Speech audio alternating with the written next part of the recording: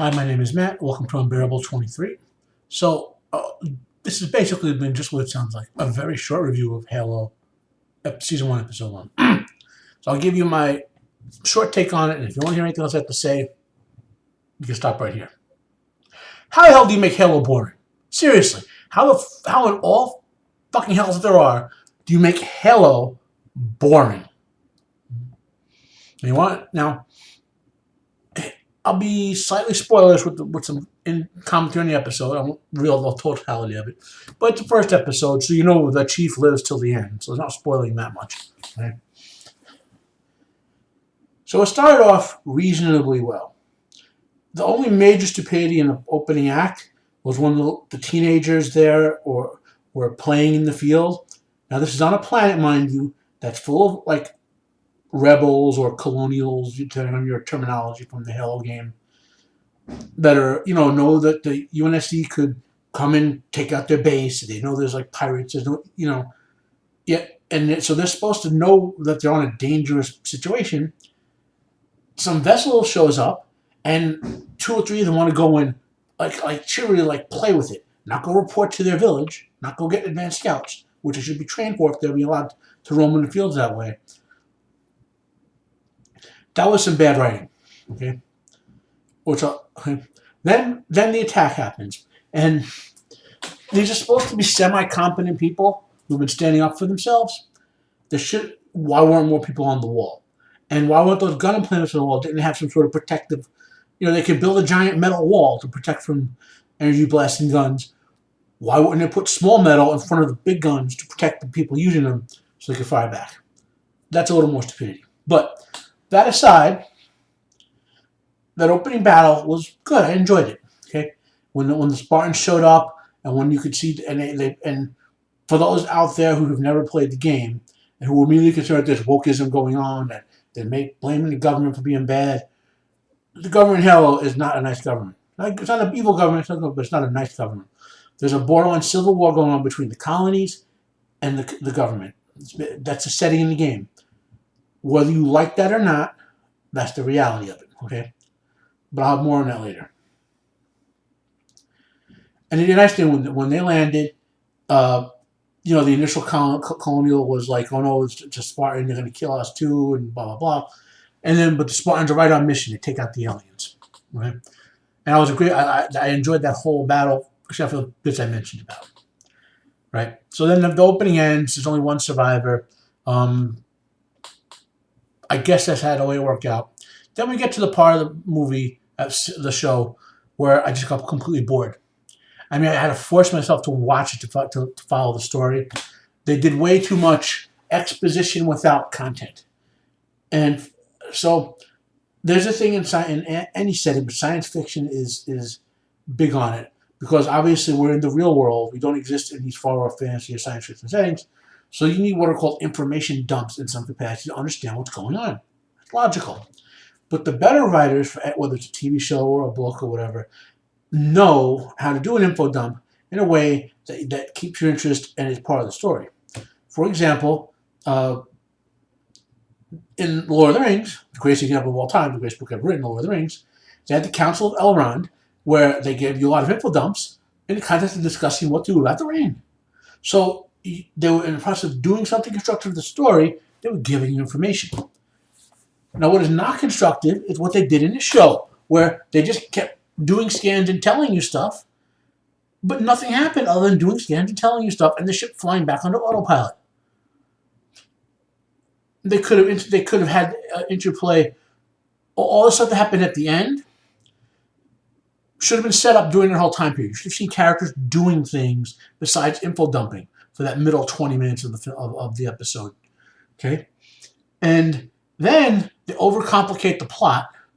When you do this, right now, the Master Chief's character, the only reason he's redeemable is because he basically has his mind erased. Okay, and that's not the Master Chief. Sorry, this is the fake Master Chief. The actor did a good job. The depiction's good on there, but one, he took off his helmet, and if he just took off his helmet for that one scene and put it back on, I would have been okay. I know the people who would never do that, but it made sense in that one context. I'm not going to spoil what the scene is because I think it was actually one of the better scenes in there in the book, okay, in the episode. And then if you put it right back on, would have been great. But no, that's not what happened. So they made the Master Chief apparently did something horrible in a more information dump that involves another character. Okay, how do you come back from that? I mean, the only way you come back from it is that the Master Chief is the mind erased, zero morals, robot type thing approach, but which is stupid because it's not the Master Chief. Okay, now, so we get to the last part where the action heats up again. The problem is that everything we saw happen at the end of that was pointless because of the solution. Again, I don't want to spoil. I want you all to watch and make your own decision. I'm not. My belief is my thoughts. I should believe what you want to call it is everyone should give 2 or 3 episodes to see if this is going to be worth watching. I know there are people out there saying no, don't watch it. Just listen to reviewers or whatever. I'm the opinion that for anyone to form an opinion, they have to at least sample a product. Now, I'm not saying you should be paying for Paramount Plus. Maybe you can go to a friend's house and watch it there, or find a way. Go to a friend's house. That's the best way to put it. Or inevitably, I'm going to bet this first episode is going to be broadcast somewhere, just to get people to buy in to say, now watch the rest on Paramount Plus type of thing. So, the ending of the film, as I was saying, the last act, the last 2 acts, totally rendered pointless by how they solved the problem. Nothing the characters did for the entire end of that film mattered because of how they chose to solve the problem. So, aside from being fucking boring, it's boring. Just info dump to pointlessness. Like all the interest you would build up for that end, where you think there's going to be a battle, or you think there's going to be some sort of shenanigans going on to sort of trick the bad guys. None of it happens. So you're bored.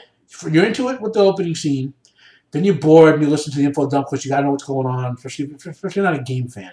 Like if you played any of the games or read the plots of the games or whatever, you kind of have an idea what's going on just by sort of glancing at it. Okay. But anyway, you get through that middle chunk where it's boring and like, okay, I'm listening. And the end where it's starting to get making all there's going to be big action scenes, going to pay off. Nope, no payoff. Now you're frustrated. You're bored, then you're frustrated. Listen to me, you idiots who made this show. This is not complicated, okay? I understand you're all A-class writers in your head. You want to do something like, how do I put it? You want to write the greatest show ever and get those what do they call for the TV? The Golden Globes and the awards, so be the best writers on TV, right? So you take a product that should start very simply and straightforward, and you add all this other stuff onto it that should have been built up over time. The whole political situation with UNSC and Covenant and all that. The plot of the first Halo game was basically that Master Chief goes on to the station. My brain is not cooperating with this. I'm annoyed. Finds out what's going on, has to stop the bad stuff from happening, get off before it blows up, without letting the flood get off of it. Real simple plot. You could have made a nice 8-episode series out of that. Straightforward. Build up the character of the Chief. Get Cortana involved. Maybe have some supporting characters like working with the Chief as he's rescuing him or whatever, different from the game. But we have a straight. You dive in and you start building the world around it as they talk about the government, talk about the alien, talk about the pirates and the colonists. And then the next season comes around and you're off the station. So you're then you could get into maybe have politics and some action scenes. And, you build. This way you establish all that info dumping as the Chief is kicking alien butt in the first season. Instead they did this. And if the whole season is going to be like this, okay, I can guarantee those of us who choose to watch the whole season, I probably will always give some short reviews like this.